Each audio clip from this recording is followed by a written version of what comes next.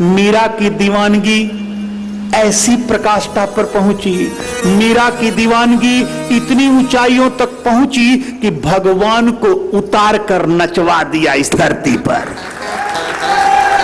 हमने सुना है कि मीरा सारे संसार का दर्शन कृष्ण में किया करती थी।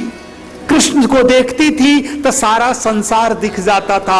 और मीरा के बारे में सुना गया है, मीरा कृष्ण को कहती थी, ए कृष्ण आओ तो आते थे, ए कृष्ण नाचो तो नाचते थे, ए कृष्ण कुंडल पहन के आना तो कुंडल पहन के आते थे, ए कृष्ण ऐसे कपड़े पहन के आना तो ऐसे कपड़े पहन के आते थे। संसार का सबसे बड़ा भगवान ब्रह्म कृष्ण भी जो जो मीरा कहती थी वो नाटक के जैसा किया करते थे, उनको करना पड़ता था।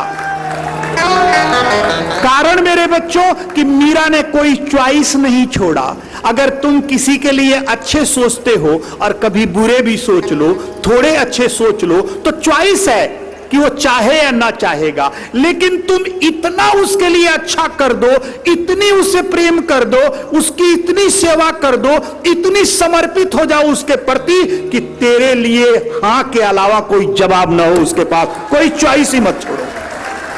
तो जब भी हम परमात्मा की भक्ति करते हैं, ईश्वर की भक्ति करते हैं, तो इतनी कर डालो निश्चलता से, निस्वार्थ से, कोई भाव नहीं कि जो जो छल लेकर यहां आया वो खुद ही चला गया, खुद ही छल। इसलिए कि परमात्मा को तुम क्या छल पाओगे?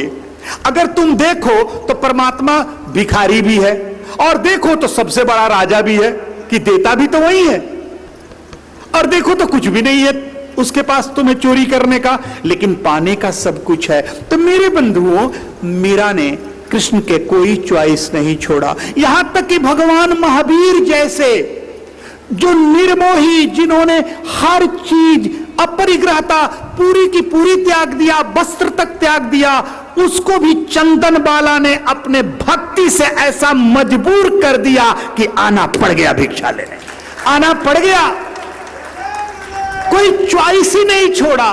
तो दीवानगी जब हद से गुजर जाती है तो भगवान की भगवता भी इस धरती पर आ जाती है, भगवान की भगवता भी इस धरती पर उतर आती है। तो मेरे बंधुओं, आज तक इस संसार में जितने दीवाना हुए हैं उन्हीं को लोगों ने याद किया है, उन्हीं को।